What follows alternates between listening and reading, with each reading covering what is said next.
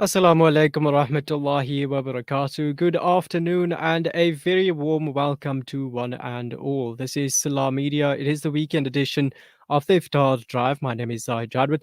I'll be keeping you company all the way up until Iftar time, which sets in just a little while after 6 p.m. in Johannesburg this afternoon. It is Saturday. It is the 30th of March 2023, corresponding with the 19th of Ramadan 1445. Lots to talk about, lots to unpack. And so, without much further ado, let's jump straight into it. And our first guest this afternoon is Professor Hartmut Winkler, a professor of physics at the University of Johannesburg. He joins us now to talk about elections and load shedding. Good afternoon. Thank you for joining us. Good afternoon. Professor, we have heard from energy experts, we have heard from environmental activists, we have also heard from politicians. Now, with this particular focus on elections and load shedding, something that has come under the spotlight, especially as political parties try to garner support ahead of the elections on the 29th of May this year. From a physicist's point of view, what is your take on the load shedding crisis?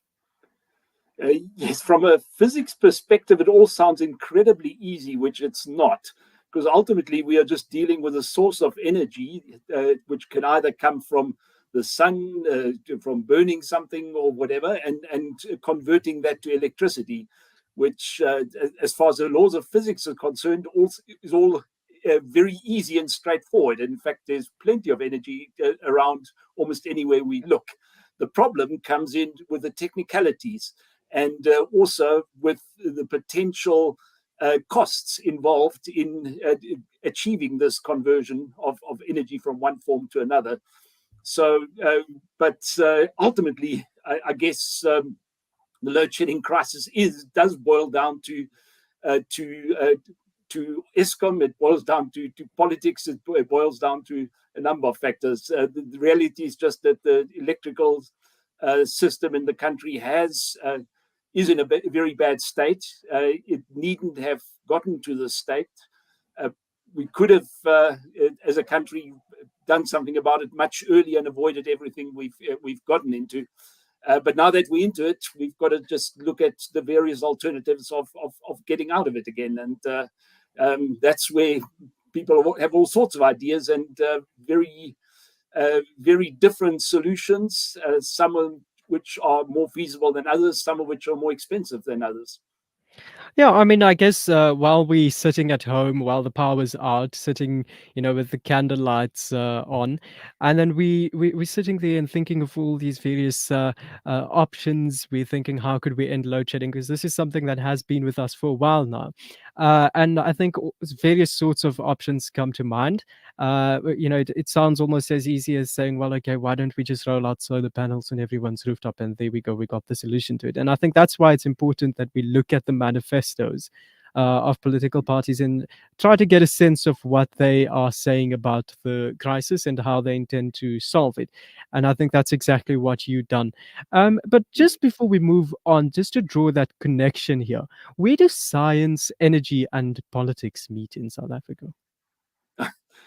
Yes, that's a rather tricky one. And the ideal would be if everything is left to the technocrats to somehow try and work out and model exactly what could be done, how long it would take to get this up and running, how much it would cost, what the potential dangers are. Unfortunately, this is not an exact science. If one thinks of, for example, in the 1940s and 1950s, when nuclear energy was first discovered to be exploitable, the idea was really, and that's largely because there's this enormous amount of energy embedded in just the smallest kind of particles we have, that the energy crisis was basically solved. And it was only when one actually tried to exploit it that one came up against all sorts of potential problems. And so the result being that while in theory nuclear energy sounds like the absolutely perfect solution, it's seen as anything but that, and it will tend to be moving away from it more and more at the moment. So we're really looking at what else could we do? And things change fast. Until about 10 years ago, for example, solar energy was considered to be too expensive. And that's because certain technological breakthroughs hadn't been made yet. At the moment, it's possible to construct solar panels largely of silicon, which is a very common element. Before that, that technological advance just hadn't been made. The end result is that we're now sitting with prices of solar panels, photovoltaics, which have come down enormously, and they've completely overturned a lot of the original predictions. We don't know what's going to happen in the next 10 years. That's why it's very dangerous to plan too far ahead in the energy space, because things really often happen very, very fast. At the moment, one of the big questions is, to what extent is one going to be able to develop very large batteries? At the moment, this can be done, but those are quite expensive. We already have a couple of them. And put it that way, if you manage to get a huge, sufficient battery space, you can basically use solar, sunlight and wind power at night, and when there's absolutely no wind blowing, because you can simply gather it and store it for many days. Unfortunately, at the moment, that's not really an option, at least not for a very long time. So that's why we're still sort of sitting. Is there going to be a technological breakthrough in the next 5 or 10 years that is going to make batteries cheaper and able to store more energy than we are, or not? So it's difficult in that sense to see exactly where we are, and that also makes it possible for. So in other words, there's no exact solution to what is the best way of dealing with the electricity crisis. There are a number of ways, and unfortunately, there are still a lot of unknowns, things that we don't exactly know how they're going to pan out in the long term. Mm. I mean, just looking at where we are at the moment, we've had load shedding for the most part of last year, also for a considerable amount of time this year. And at the moment, there is no load shedding this weekend, but of course, it will make a comeback on Monday, as Eskom has stated earlier on.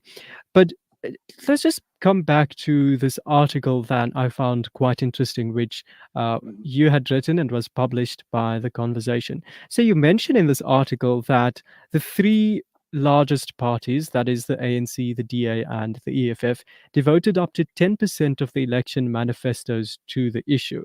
So, what exactly are they promising voters? And are they really able to balance between the quick fixes people want and the practical challenges that stand in the way of fixing load shedding? Yes, it's not only those parties, by the way. I think practically every party has devoted quite a bit of space in their manifestos, of the order of 5 to 10% to how they propose to deal with the load shedding crisis. Not surprising, of course, given that this is one of the topics which is foremost in voters' minds. If anybody was able to persuade that they'd really be able to sort out load shedding in a reasonably short time span, this is definitely a vote catcher. But whether they actually have that or not, well, that's I don't think anybody's got the perfect answer. There are a number of proposals which I think are reasonable. We can sort of see where one more or less needs to move in that. But for example, even now, you get some politicians which will tell you, "Oh, just allow us to deal with it, and we'll sort it out in 6 months," including people from within the ANC who have made such state pronouncements in the past. In my opinion, it's just not feasible to do that, and I think even the latest government or plan developed by government on the how to deal with electricity over the coming 20 years or so also foresees that load shedding is still going to be with us for another 5 years or so. It's in the ideal scenario, it's going to be a little bit better. Bear in mind, we would really love to be where we were 5 years ago. We had some load shedding, but it was an occasional event. So if everything goes well, then we might be back there again in 3 or 4 years' time, where load shedding is an occasional event. But just to say that, okay, give me 2 months and that's the end of load shedding. You often hear that when people make suggestions for a CEO of Eskom, that somebody will tell you, oh, just put in this one, they'll have it sorted out. And that will be the end of load shedding. There is no such easy solution to it. To get around it, there's two major things that have to be dealt with. The one thing is that the Eskom power stations, most of which are coal power stations, are just breaking down far too much. And it's because they are in such a poor state. One can compare them to an older battered car, which has seen much better days. And just as you don't expect to be able to do a long trip in a car, which is in that sort of bad condition without expecting breakdowns at some point or other, that's exactly how we are with a power station. So yes, one can keep and try and fix them all the time and so on, but ultimately you're not going to get the perfect fix for them unless you effectively build them from scratch again. The other option of dealing with load shedding is just to build a whole lot of new power plants, which is also very expensive and very time consuming. It doesn't matter which technology you favor. Even a solar farm, which is probably the quickest to build, will take you a good 2 years. And if you want to look at something on a very large scale, which will really have quite a big impact, one just needs to look at Medupi and Kusile coal power stations, which took 15 years to complete. So whatever option you're going to go for, you are still only going to be able to build up your actual generating capacity quite slowly. And that's really where the problem is. Okay, now looking at the various parties, what they have in mind, you get a kind of a mix. On the one hand, you get parties which seem to favor putting in more, especially solar, but also wind on the one hand. And this also tends to be the parties that will typically argue for more free market, liberal, whatever you want to call it, policies in other spheres. On the other hand, you'll find parties that tend to prefer socialist solutions, seem to have preferred more the options of going for big builds such as coal, nuclear, gas, and so on. The ANC is kind of sitting more or less in the middle, although even one can actually see this within the ANC, there's absolutely no unity about which way to go. The ANC itself has, well, we know they have factions for other reasons, but also when it comes to energy, there's factions in there. It seems to me that President Ramaphosa is a supporter of renewables, but his biggest ally and probably one of the strongest, most influential people in the ANC, Gwede Mantashe, the Minister of Mineral and Energy Resources, is much more partial to solutions such as coal, nuclear, and gas. And he's very suspicious of renewables. So even within the government, even within the ANC ruling party, there is a split. If one looks at the manifesto itself of the ANC, it tends to sound more pro-renewable overall, although it does say that it also wants to pursue nuclear, gas, and coal builds, but it's that's just one line in their manifesto, whereas renewables sort of pop up all over the show. I mean, it's interesting when you say that these parties seem to have this idea that within 2 to 5 months or so, the situation is going to be much better and it's going to be resolved. In fact, some of them go as far as saying that much. And one actually does wonder, where do they pull these timeframes out of? You know, where do they get this from?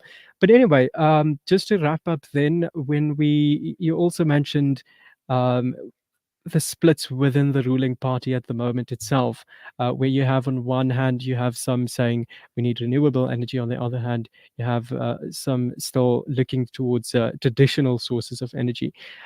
How do you see the electricity crisis then playing out? Should a coalition government take control after the election, notwithstanding the various differences between the parties themselves on how they want to tackle this?